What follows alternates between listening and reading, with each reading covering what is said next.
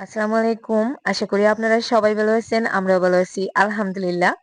সুখ দুঃখের সংসারের আরো একটা নতুন ভিডিওতে আপনাদেরকে আরো একবার স্বাগত জানাই। গতকাল বাজার থেকে কিছু টমেটো আর মিষ্টি কুমড়া আনা হয়েছিল। অনেকদিন পরে আমাদের বাসায় মিষ্টি কুমড়া আসছে। আরিয়ানের বাবার ডায়াবেটিসের কারণে মিষ্টি কুমড়া খাওয়া হয় না। কারণ আমাদের এদিকে ডাক্তাররা ডায়াবেটিস পেশেন্টদেরকে মিষ্টি কুমড়া বা মিষ্টি জাতীয় যেকোনো সবজি ফল খেতে বারণ করেন। তো সবজিগুলো প্যাকেট থেকে বের করে ঝুড়িতে রাখলাম। তারপরে আমি এখন খালি পেটে একটু অ্যাপেল সিডার ভিনেগার খাচ্ছি গরম পানি দিয়ে। আজকে আর লেবুর পানিটা খাই নাই। এটা শরীরের প্লাস পেটের চর্বি গলাতে খুব কাজে লাগে। আমার সবজির বাগান থেকে আজকে আবারও কিছু জিঙ্গা পারবো। মাশাল্লাহ, এবার আমার জিঙ্গার ফলনটা ভালোই হচ্ছে। যদিও পোকামাকড়ের আক্রমণে জিঙ্গাগুলো পলিথিন দিয়ে বেঁধে রাখতে হয়, তারপরেও প্রথম দিকে কিন্তু জিঙ্গার ফলনটাই ভালো হচ্ছে। অলরেডি ৪-৫ দিন আমার এই জিঙ্গার গাছগুলো থেকে জিঙ্গা পেড়ে খাওয়া হয়েছে। তো এখানে দেখুন আমি পলিথিন দিয়ে ২টা জিঙ্গা একসাথে বেঁধে রাখছিলাম আজ থেকে ২ দিন আগে। এই যে দেখুন জিঙ্গাগুলো বড় হয়ে গেছে। যদিও এগুলো হাইব্রিড জিঙ্গা, তারপরেও আমি একটু কচি থাকা অবস্থায় পেড়ে নেই, কারণ জিঙ্গা একটু শক্ত হয়ে গেলে খেতে আর ভালো লাগে না। তো জিঙ্গা প্লাস যেকোনো সবজি লাউয়ের মতন কচি থাকা অবস্থায় রান্না করে খেতে বেশি মজা লাগে। তো আজকে মনে হচ্ছে আরো ১ কেজি থেকে বেশি পরিমাণে, প্রায় ১.৫ কেজি পরিমাণে জিঙ্গা পাওয়া যাবে। তো কিছুটা পলিথিন দিয়ে বাঁধা ছিল, যেগুলো বের করে কেটে নিচ্ছি। আর কিছু জিঙ্গা পলিথিন দিয়ে বাঁধা হয় নাই, ওগুলোও কেটে নিব। ঝিঙ্গাগুলো পেড়ে আমি আমার মাটির চুলায় রান্না বান্না করব।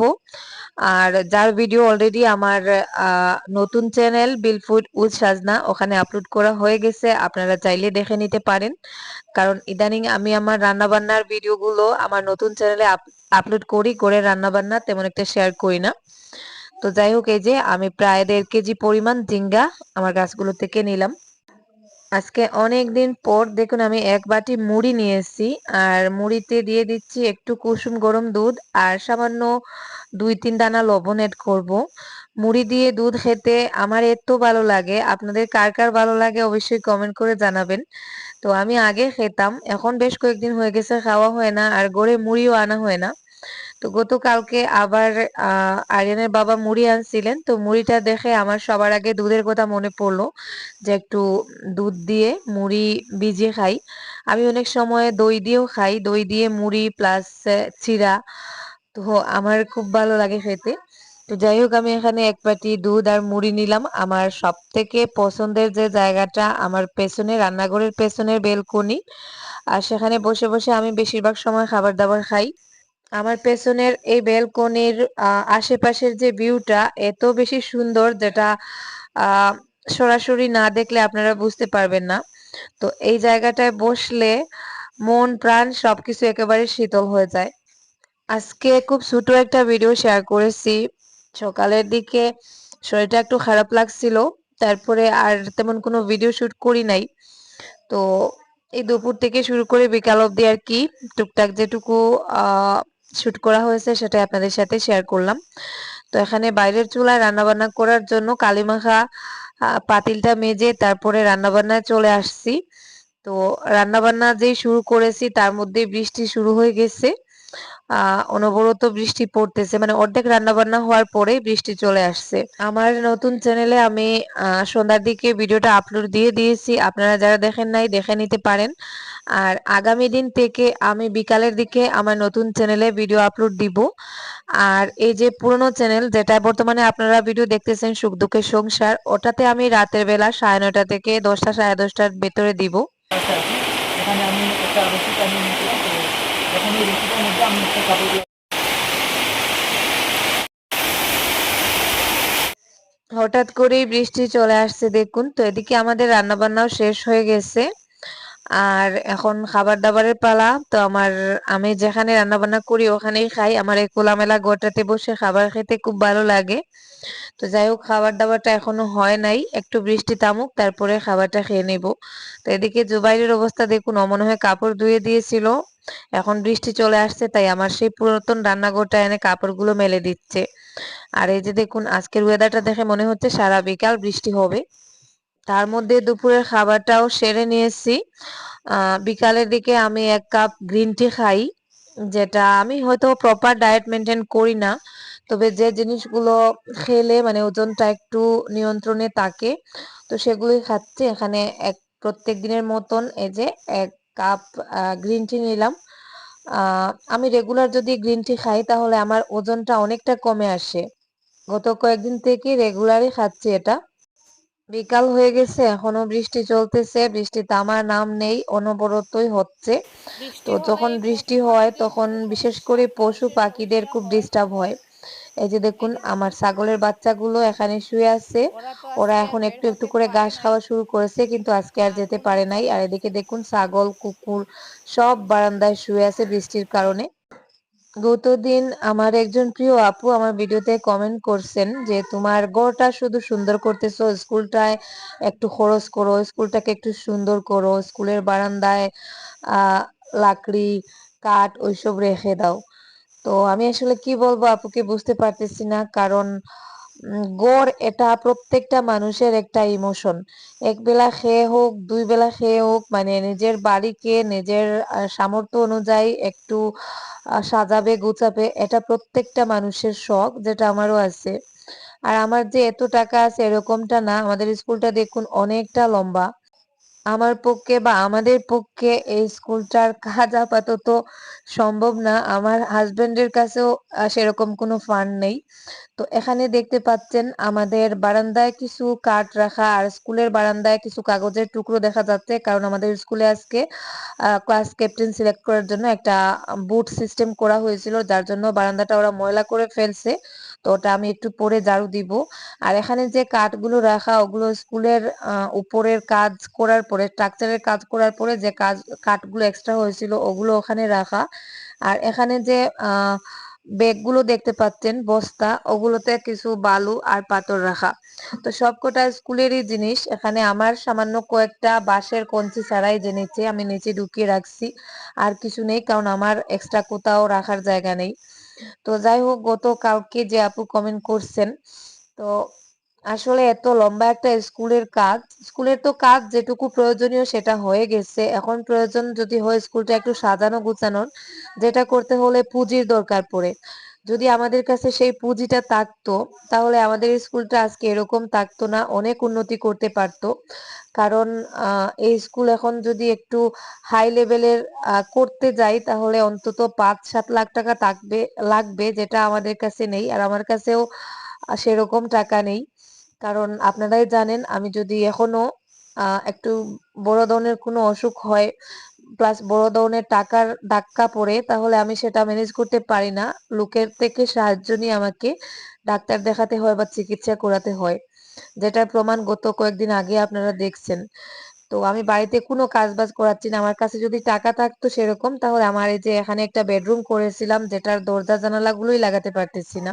শুধুমাত্র এই পুঁজির কারণে আমাদের স্কুলটা আজ এই পর্যায়ে, তা না হলে অনেকটা এগিয়ে যেতে পারতো। তো মাঝে মধ্যে ভাবি স্কুলটাকে অন্য কারোর সাথে শেয়ার করে নিব, যে এই স্কুলে ইনভেস্ট করতে পারবে, সেরকম কাউকে পাওয়াও হয় না, আর আমরা নিজেরাও কিছু করতে পারি না।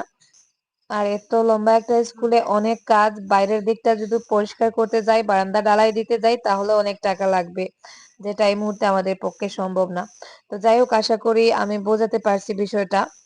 আর এদিকে দেখুন আমার ঘরটা বিশেষ করে বৃষ্টির সময় এত বেশি সুন্দর লাগে, তো জানি না কার কাছে কেমন লাগছে, আমার কাছে কিন্তু ভালোই লাগে।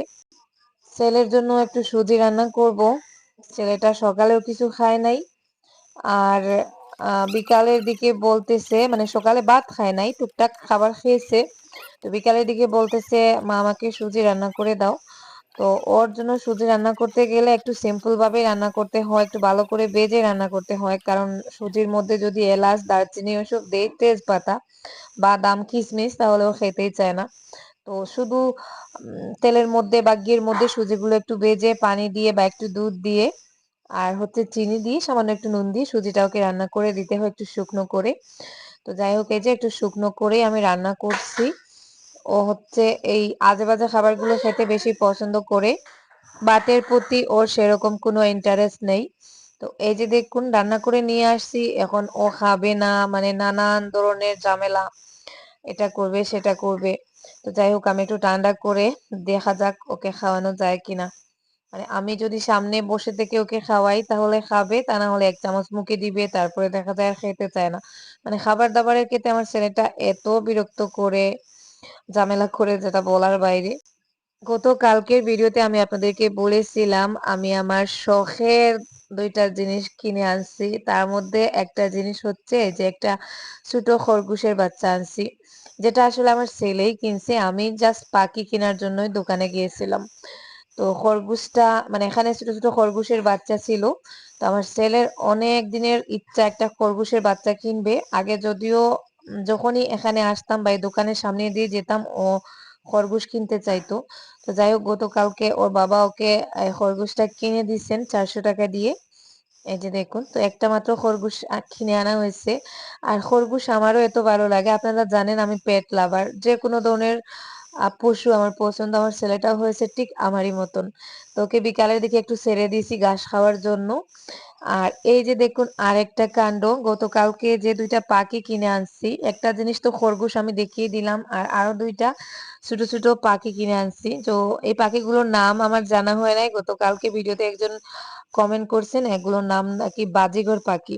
তো এই পাখিগুলোকে দেখে যে দুষ্ট বিড়ালটা কি করতেছে দেখুন, পিচ্চি একটা বিড়াল, তারপরে ও এত দুষ্টু আর এত সাহস। মানে ও অনবরত গতকাল রাত থেকে চেষ্টা করে যাচ্ছে কিভাবে পাখিগুলোকে ধরা যায়। দেখুন ও মন প্রাণ দিয়ে চেষ্টা করে যাচ্ছে, কিন্তু ও কোনোভাবেই ধরতে পারবে না। পাখিগুলো ছোট ছোট হলে অনেক বেশি চালাক, ওরা আহ খাঁচার সাইডে কখনোই আসে না। আর এই যে দেখুন উনি হচ্ছে ওনার খরগোশ নিয়ে খেলতে ব্যস্ত। আস্তে আস্তে আমার বাড়িতে ছোট একটা চিড়িয়াখানা হয়ে এটাই যাবে। তো যে সুন্দর।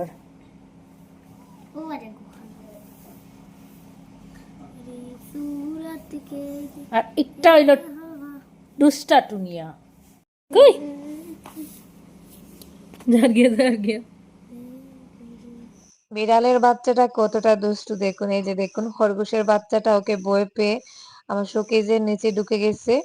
তো বিড়ালের বাচ্চাটা কি অবস্থা করতেছে দেখুন, যদিও কামড়াকামড়ি করে না কিন্তু ওর সাথে দুষ্টামি করে ওকে হাত দিয়ে আলতো করে চড় দেয়। মানে ও হয়তো বন্ধুর মতন ওর সাথে খেলা করে। তো খরগোশের বাচ্চাটা ভয় পেয়ে যায়। আর এই যে দেখুন আমার পাখিগুলো একটু কাছ থেকে আপনাদেরকে দেখাচ্ছি। আমার ছেলে পাখিগুলো এনে অলরেডি মা ছেলে মিলে ওদের নামও দিয়ে দিয়েছি।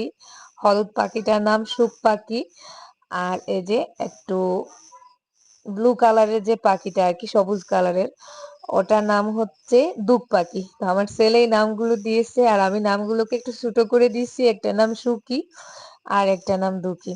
এই যে দেখুন একই প্রজাতির 2টা পাখি কিন্তু কালারটা আর কি একটু আলাদা। দেখুন 2টা পাখি খুব সুন্দর আর সব সময় কিচিরমিচির করে ডাকাডাকি করে এত ভালো লাগে। তো 2টা পাখি প্লাস খাঁচা এবং সেই সাথে 2 মাসের খাবার দিছে ওরা 1000 টাকার মধ্যে আর কি। ওগুলো আরিয়ানের বাবা কিনে দিছেন। আহ ছেলেকে খরগোশটা গিফট করছেন আর আমাকে এই পাখিগুলো।